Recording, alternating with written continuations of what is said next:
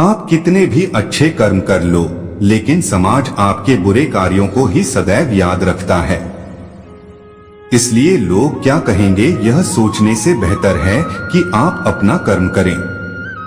जन्म लेने वाले के लिए मृत्यु उसी प्रकार निश्चित है जितना कि मरने वाले के लिए जन्म लेना, इसलिए इस विषय पर शोक मनाना व्यर्थ है। गीता में कहा गया है, जो इंसान किसी की कमी को पूरी करता है वो सही अर्थों में महान होता है। तुम्हारे साथ जो हुआ वह अच्छा हुआ, जो हो रहा है वो भी अच्छा है, और जो होगा वो भी अच्छा होगा। गीता के अनुसार जिंदगी में हम कितने सही हैं और कितने गलत हैं यह केवल दो लोग जानते हैं, एक परमात्मा और दूसरी हमारी अंतरात्मा। जीवन का आनंद ना तो भूतकाल में है और ना भविष्य काल में, बल्कि जीवन तो बस वर्तमान को जीने में है। जब तक शरीर है तब तक कमजोरियां तो रहेगी ही, इसलिए कमजोरियों की चिंता छोड़ो और जो सही कर्म है उस पर अपना ध्यान लगा। अर्जुन, तुम भला क्यों रोते हो? तुमने जो खोया क्या वह तुमने पैदा किया था? आज जो तुम्हारा है वह कल किसी और का होगा, क्योंकि परिवर्तन ही संसार का नियम है। किसी का अच्छा ना कर सको तो बुरा भी मत करना, क्योंकि दुनिया कमजोर है लेकिन दुनिया बनाने वाला नहीं।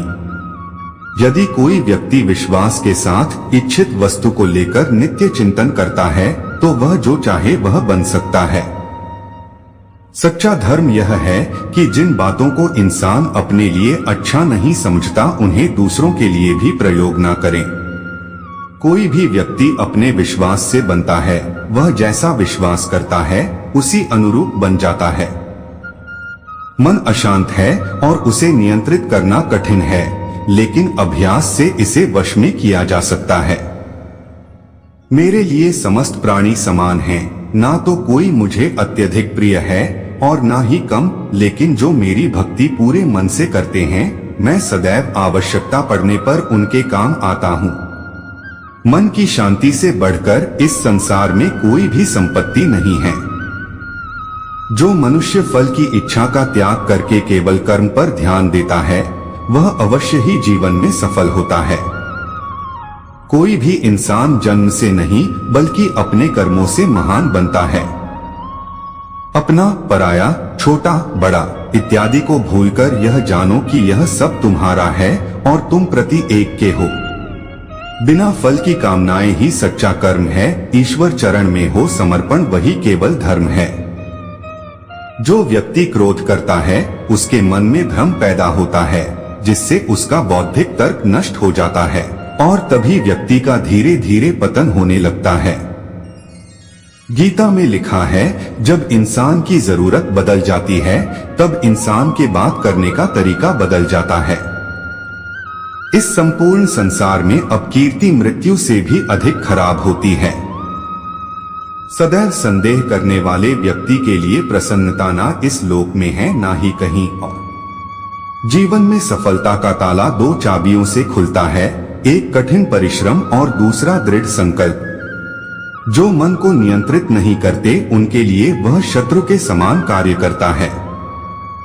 कठिन परिश्रम से बचने के लिए व्यक्ति को भाग्य और ईश्वर की इच्छा जैसे बहानों के बजाय चुनौतियों का सामना करना चाहिए। गीता में कहा गया है, कोई भी अपने कर्म से भाग नहीं सकता, कर्म का फल तो भुगतना ही पड़ता है। मनुष्य को अपने कर्मों के अच्छे और बुरे फल के विषय में सदैव सोचकर चिंताग्रस्त नहीं होना चाहिए। मनुष्य अपने विश्वास से निर्मित होता है, जैसा वह विश्वास करता है वैसा वह बन जाता है। जो मनुष्य प्रतिदिन खाने, सोने और आमोद प्रमोद के कार्यों में लिप्त रहता है वह नियमित तौर पर योगाभ्यास करके समस्त क्लेशों से छुटकारा पा सकता है। जब इंसान अपने काम में आनंद खोज लेते हैं तब वे पूर्णता प्राप्त करते हैं। माफ करना और शांत रहना सीखिए, ऐसी ताकत बन जाओगे कि पहाड़ भी रास्ता देंगे। व्यक्ति को अपनी इंद्रियों को वश में रखने के लिए बुद्धि और मन को नियंत्रित रखना होगा।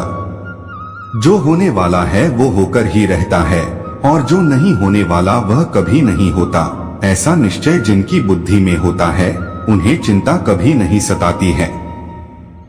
किसी भी व्यक्ति को ना तो समय से पहले और ना ही भाग्य से अधिक कुछ मिलता है, लेकिन उसे सदैव पाने के लिए प्रयत्नशील रहना चाहिए। इंसान हमेशा अपने भाग्य को कोसता है, यह जानते हुए भी कि भाग्य से भी ऊंचा उसका कर्म है जिसके स्वयं के हाथों में है। व्यक्ति को आत्मज्ञान के माध्यम से संदेह रूपी अज्ञानता को समाप्त करना चाहिए। मैं उन्हें ज्ञान देता हूं जो सदा मुझसे जुड़े रहते हैं और जो मुझसे प्रेम करते हैं। सत्य कभी दावा नहीं करता कि मैं सत्य हूं, लेकिन झूठ हमेशा दावा करता है कि सिर्फ मैं ही सत्य हूं। परिवर्तन संसार का नियम है। समय के साथ संसार में हर चीज परिवर्तन के नियम का पालन करती है। हालांकि मैं भूत, भविष्य और वर्तमान काल के तीनों जीवों को जानता हूं, लेकिन मुझे वास्तव में कोई नहीं जानता है।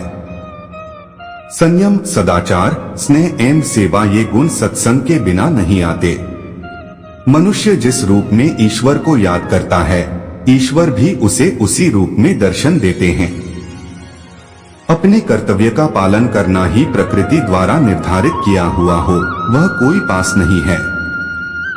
सज्जन व्यक्तियों को सदैव अच्छा व्यवहार करना चाहिए, क्योंकि इन्हीं के पद चिन्हों पर सामान्य व्यक्ति अपने रास्ते चुनता है। बुद्धिमान को अपनी चेतना को एकजुट करना चाहिए और फल के लिए इच्छा छोड़ देनी चाहिए। मन अवश्य ही चंचल होता है, लेकिन उसे अभ्यास और वैराग्य के माध्यम से वश में लाया जा सकता है। इंद्रियों की दुनिया में कल्पना सुखों की प्रथम शुरुआत है और अंत भी जो दुख को जन्म देता है। इस संपूर्ण संसार में कोई भी व्यक्ति महान नहीं जन्मा होता है, बल्कि उसके कर्म उसे महान बनाते हैं। जीवन में कभी गुस्सा या क्रोध ना करे, यह आपके जीवन के ध्वंस कर देगा। हे पार्थ, मैंने और तुमने अपने कर्तव्यों को निभाने के लिए धरती पर कई अवतार लिए हैं, लेकिन मुझे याद है और तुम्हें नहीं।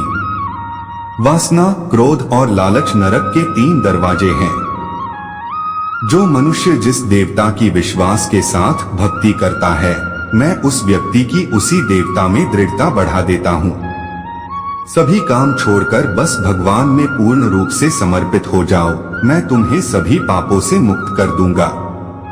जो व्यक्ति मैं और मेरा इत्यादि की भावना से मुक्त हो जाता है, उसे जीवन में शांति की प्राप्ति होती है।